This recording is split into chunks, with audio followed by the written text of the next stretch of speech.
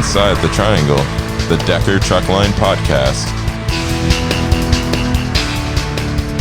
Hello, everyone, and welcome to Inside the Triangle. I am your host, Darin Ladlie, and today we have Steve Alliger with us. Now, Steve has been a driver for us since I show February 7th of 1997. That's right. All right, cool. And I remember you won Driver of the Year 2018, I believe, Grand Champion, correct? Right. And Don got up there and he cried a little bit, and he's kind of an emotional guy. And me and you actually used to work together quite often. Oh, yeah. I'll never forget when we used to do the lab loads. Yep. God, every Saturday morning, 5 a.m. on the loading dock, and it got old after a while. Well, it's driving back from Wilmington first. Well, that's true. Yeah, you guys used to have to drive by all night, get there, and then do that, and then we always went out for a good fattening breakfast afterwards. So, now, you came from a farming background, as Don said. So, What made you get out of farming? I mean, what changed you to come to us?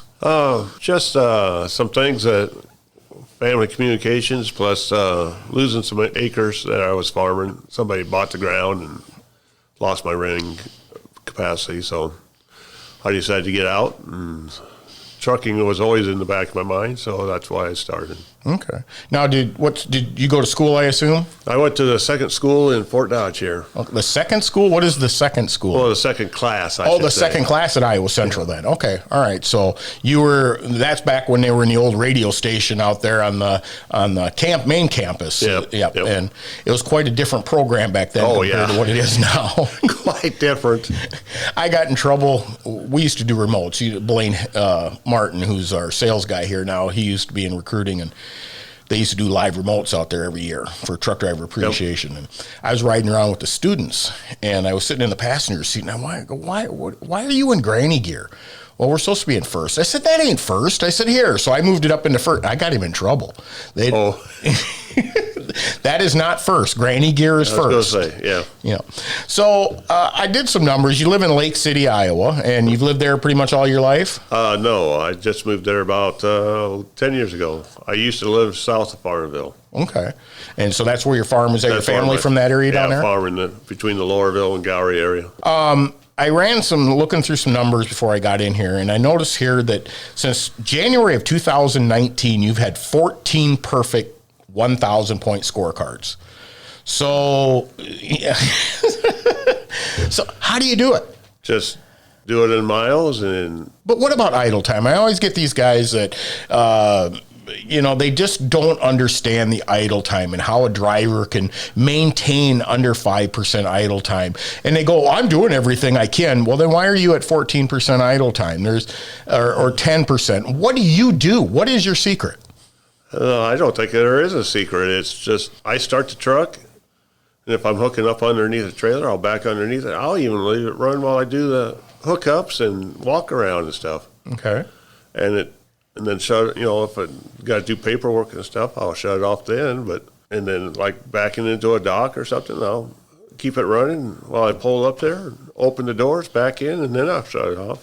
I think mine is between 3 and 4%, maybe, 99% of the time. So they always think there's some secret to it, and you'd be amazed. I tell guys, I say, just going in to get your scale ticket, or you go in to buy a cup of coffee, and if there's a line, next thing you know, you're 15, 20, 30 minutes into your day, and the truck's been idling away. Yeah. You got to cut that out, right? My truck is, if I'm in the fuel aisle, it's shut off, put the fuel in, pull ahead. My truck is shut off and locked. I do not leave my truck unlocked at all. Well, I mean, you do have a 389 Pete, one of the long noses. Even when I was in the other ones.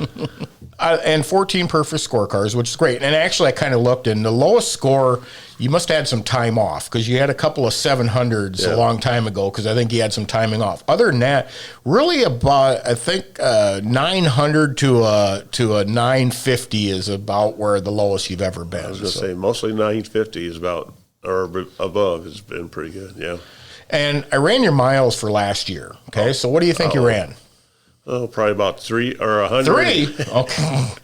145 to 155,000. Damn, you're good. How about 145,679 miles last year? That's paid. That's paid miles, yes. Yeah. Okay. Well, we're only going to pay you what we pay you. So Out of those miles, now a lot of guys say, okay, well, he's on a dedicated run, or they spoon feed him. I looked at where you run, and you run everywhere. There is nowhere you don't go, is there?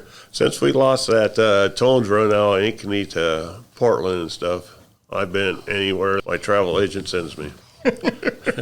Yeah, I saw you were down in, I think, New Orleans not too long ago, weren't you? Yeah. And now you are in one of the 589, not 580, 579 long noses with a manual transmission. Right. So you had an automatic for quite a while, right? Nope, never had an automatic. You never had an automatic? Okay, well, I'll fix that.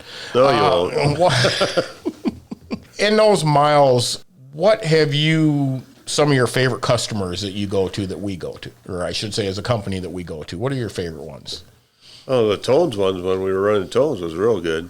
They knew us, and because I was there every other weekend, and the other driver was there too, And then any place I go, I have no problems. I communicate with them. Mm-hmm. Well, you've been here 23 years, yep. And I've been here 20.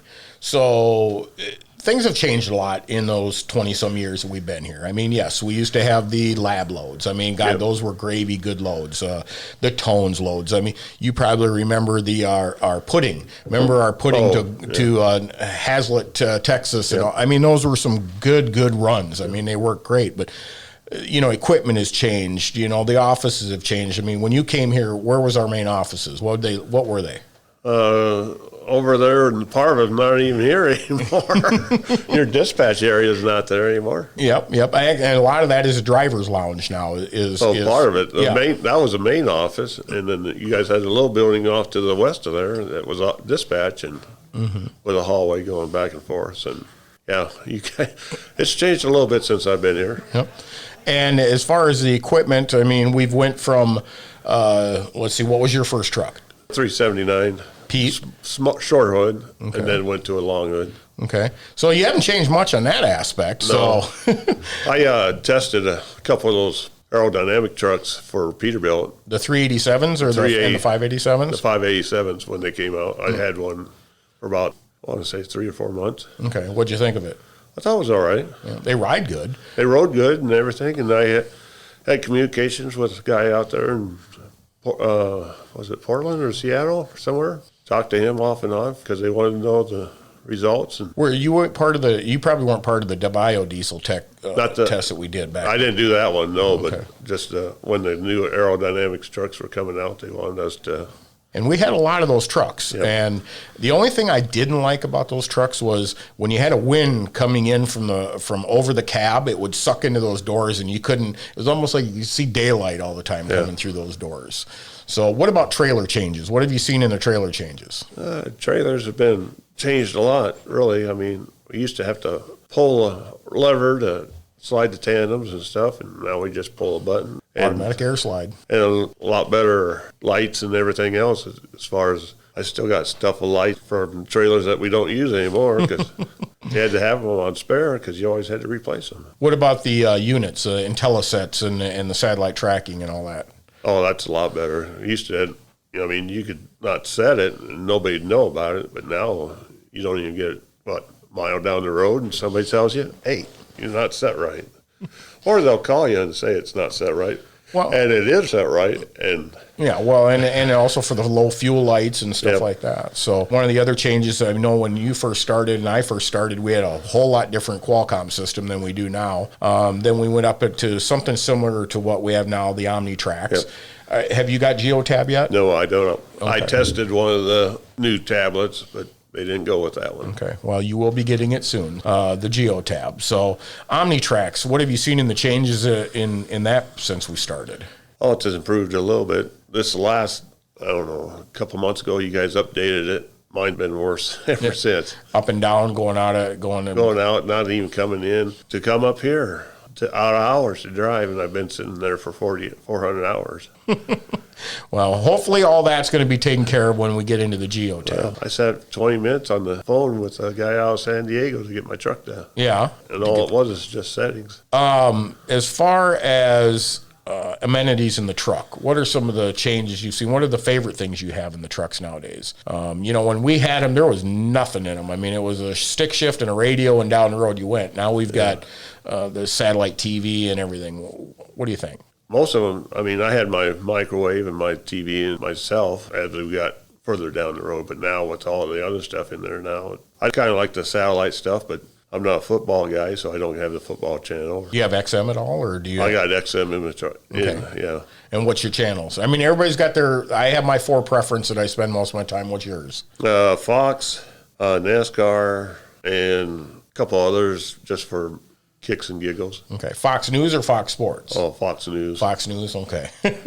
We won't talk about the election, okay? We won't get into that. And college football or basketball game, I can try to find. I'll listen to. So some of I kind of like to ask guys a little bit about what they like to do in their spare time. So vacations. What kind of vacations have you taken? What vacation? You're going to tell me your wife doesn't ever take, or does she go on vacation and you stay working? No, she doesn't. She stays home. She does? You never taken a vacation? Why should I go on vacation when I got the Raccoon River right 2,000, not even 1,000 feet out my west door? Yeah. And a 25-acre fishing pond right to the east side. All right. Why should I go anywhere? Most people want to see the ocean and go scuba diving or jump out of an airplane or something like that. But nope, not Steve. Steve's happy on his little pond. Okay. I'm good at home. What about restaurants? Do you go out to eat? What's your favorite kind of foods? Food is normally fast food, but if I do go out, it'd be a local restaurant. Steak dinner or something. But do you go to Carroll a lot, or are you in the stay in the lakes? Because you're closer to Carroll than you are anywhere, really, aren't you? A couple of miles from Lake City, so most of the time we just go to Lake City. They used to have a good restaurant. I don't know if it's still there or not. So. What's the COVID? A simple life, aren't you? Yeah. Steve, you're the king of simple life. I just enjoy going home. Okay. After being on the road for 2 to 4 weeks. You know? Yep. Oh, is that how long you stay out? You usually run out 2 to 4 weeks and then take your time off? Yeah, the last couple of years has been. So have you got grandkids? Nope. No grandkids? Any kids? 2 boys. One's 38 or 39.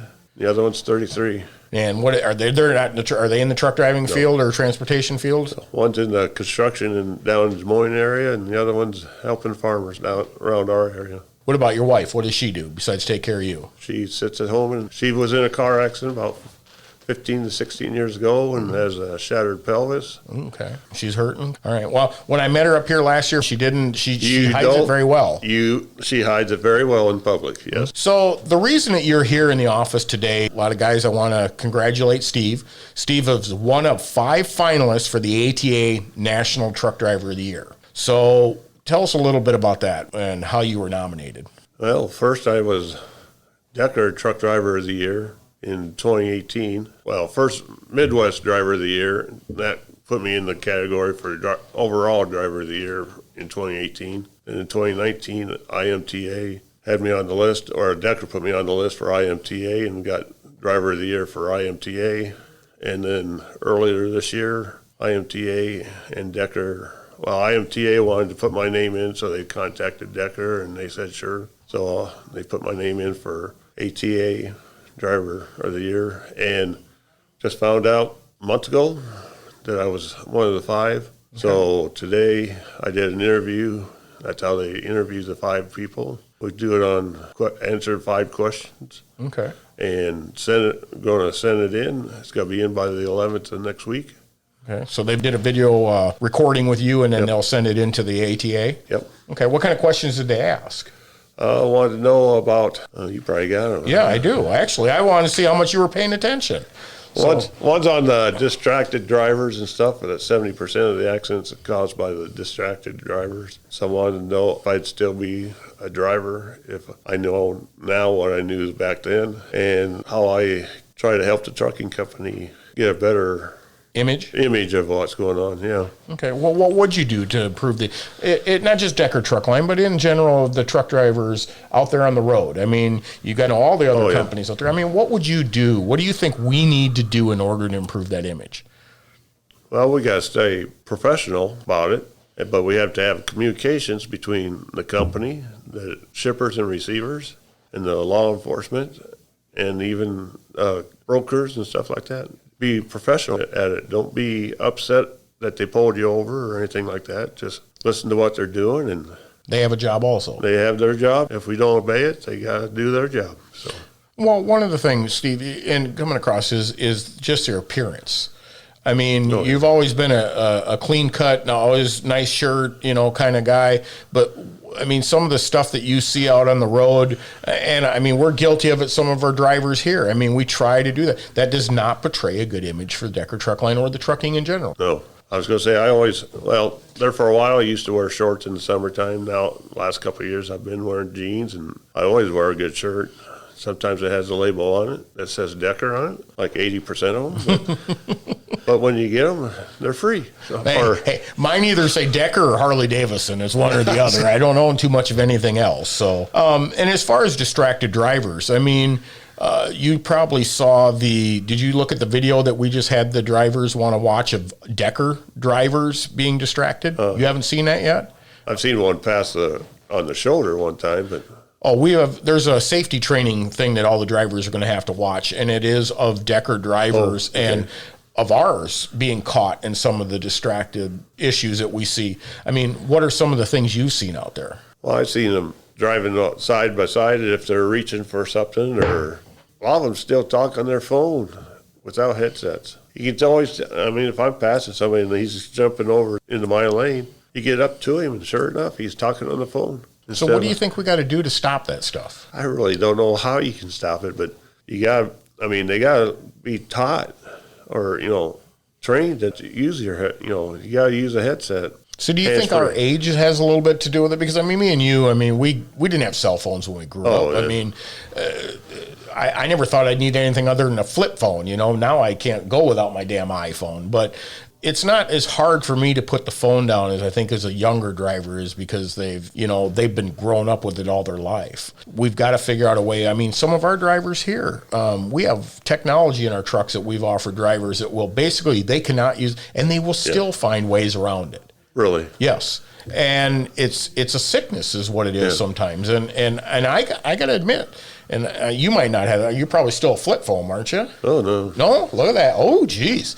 And when my phone rings, it's like, and stuff like that. Or I want to pick it up. I hear a text message coming in. Oh, I want to see what it is. But it's an urge to look. And people just got to fight it. Well, I got my phone up to where I can reach it. But if I see a number that I know or a person that comes on that says, all I do is hit my headset and talk to them. But as far as, I still haven't figured out how to do the texting part. The talk and text? Talk and text deal, but I'll get that figured out sooner or later. So what about the cameras in the truck or event recorders? How do you feel are they helpful, hindrance? What do you think? What are you laughing for?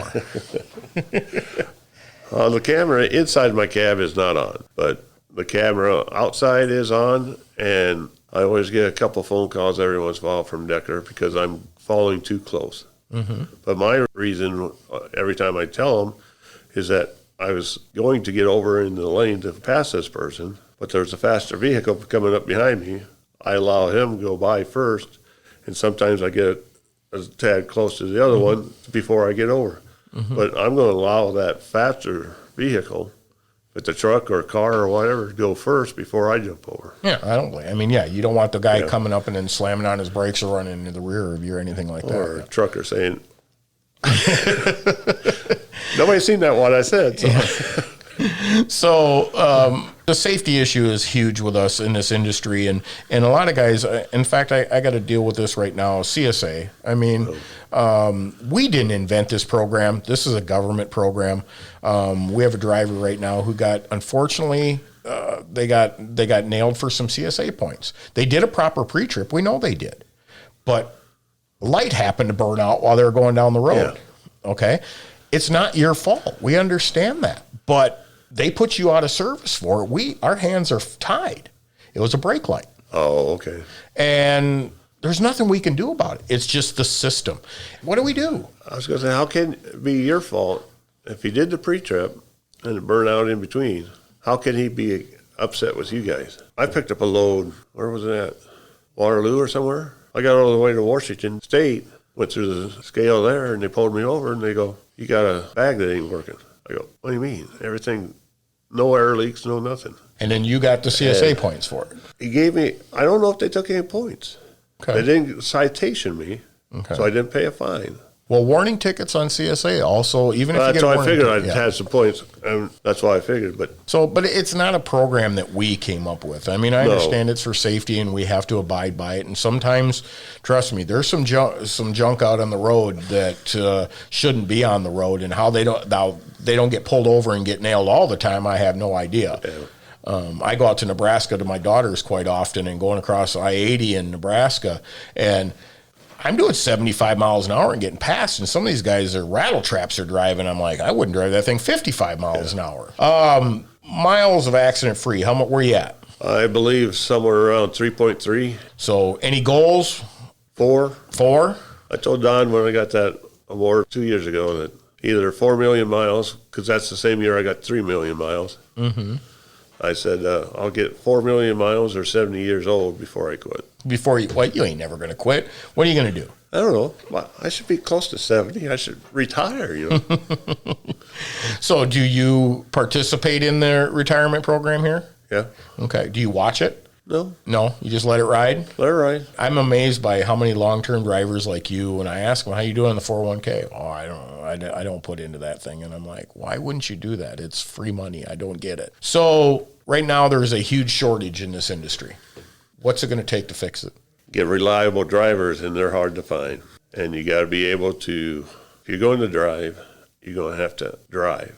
You got to have a partner. If you got a partner at home, then you got to be the one that runs the household. And if you don't, because you got so many things on your mind already, things worrying at home don't help you. They got to be able to communicate back and forth and trust each other.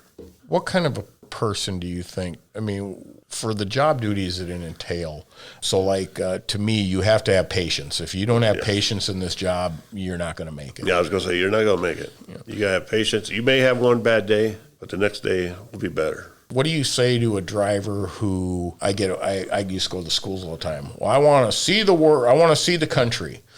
Okay. I have my saying. What would you say to them? You can see the country. I see the country all the time through my windshield, but I don't get out and travel or to visit those places. Some do, some don't. But you're not going to get the miles. If you want to keep it as a business for yourself and be successful at it, you can't stop all the time. You got to keep on moving. You know, I always used to tell guys that, I'm an avid golfer. I love to golf, but I couldn't take my golf clubs with because, I got a 10-hour break. Who's going to let me whip the 18-wheeler into the country club and play golf? Not too many. Now, fishing you could probably get away with. Did you have a Ron Popeil pocket fisherman or anything like that? No, I didn't do that. I did take my clubs a couple times. Picked up, when we were going out to Washington and stuff, I picked up a place that we stopped at that allowed me to go golfing with the friends that I met out there. But after I put them in the truck, and they were lined up to be there at the same time they were, because they were weekend people where they were at. They had to go to, they lived in Spokane or in that area and went back over Lookout into Montana for the weekend. So what about when you were out in, where was it, Ohio? We always... Wilmington. Wilmington. I mean, did you ever take your clubs? Because you were out there a week at a time. You were out there almost the full week. Yeah, so we spent most of the time in the warehouse. So what are some of the important skills to make a good truck driver? You have to be able to look ahead and keep your eyes moving is the main thing. And then backing. You have to know how to back better. Better? Than others. More better? I mean, I have my days, and I've been out there, all it takes is a little bit longer turn than you're supposed to have. You got to pull ahead and do it again. Just don't get upset when you're trying to get into a hole. It takes you 5-6 times. Takes you 5-6 times. Don't get upset. Patience again. So one of the things that big difference from when we started into now, and I see it, and I'm actually guilty of it when I ride on my motorcycle and stuff, but map reading and the navigation systems that they use now. What do you use a combination of both, or are you old school more or new school more? I am new school, old school, or old school, new school. If I've been sent someplace that I've never been, I'll put it on GPS, but I also look at the map because you don't know what roads are supposed to be traveled because sometimes GPS puts you on the wrong road. Mm-hmm. Yep. Especially in cities and towns. Well, years ago in Chicago, I mean, in orientation, we used to give out those low bridge maps in the road. I followed those because I was in a flatbedder, so I was in Chicago all the time. I mean, that was my every time I went somewhere, I was pulling that thing out almost to see. I believe that. And it's amazing, even today, if on a longer trip, I will pull it up on MapQuest, make little maps of where I'm going, and then use the map, a real map, just to kind of coordinate it. Coordinate what you're doing, yeah. Because I've known guys that train for Decker, and they've taken their driver out, and they were looking for a spot. He was in the right town, at the right place, but the GPS told him to be on the right side, but the building he was looking for was on the left side. That happens a lot. Yeah. A lot. A lot. But still, I mean, trainer said, let him figure it out himself.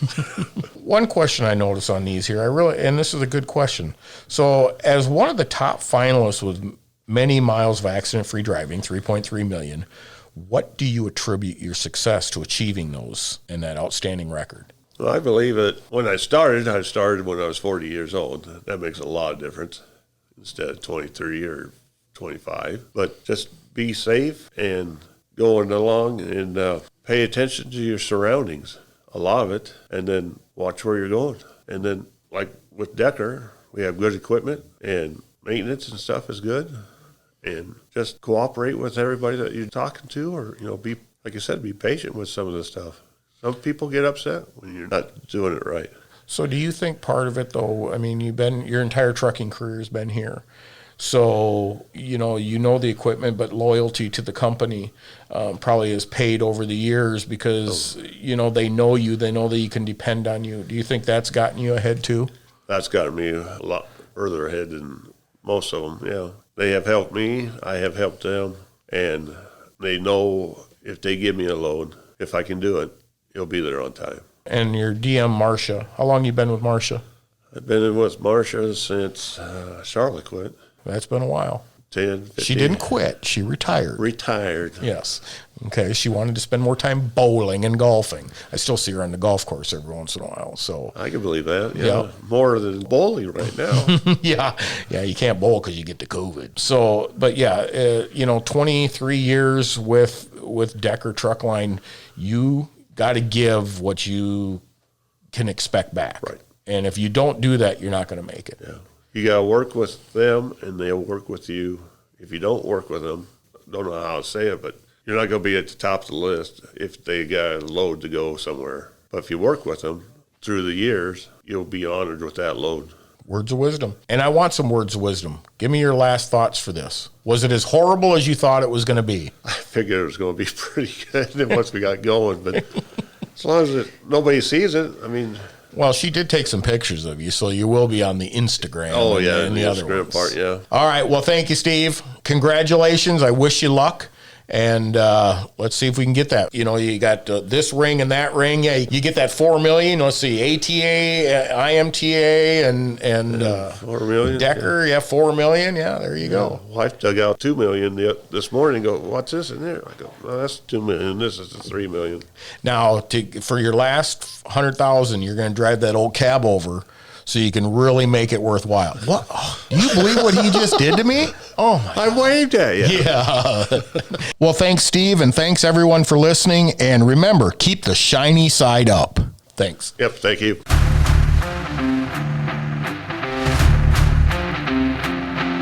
So, everyone, I wanted to talk a little bit more today on the driver referral program.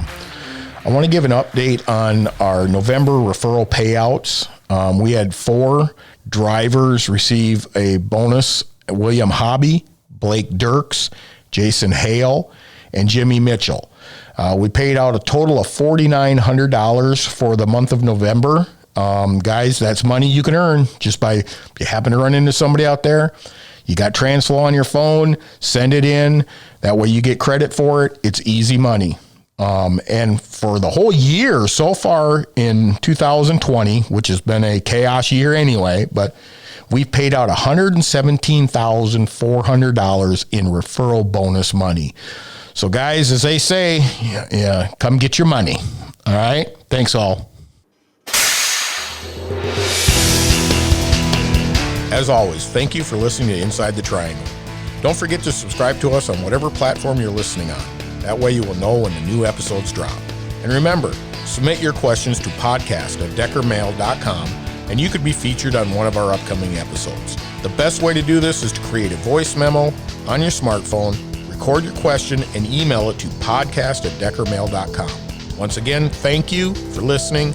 Stay driven to be the best.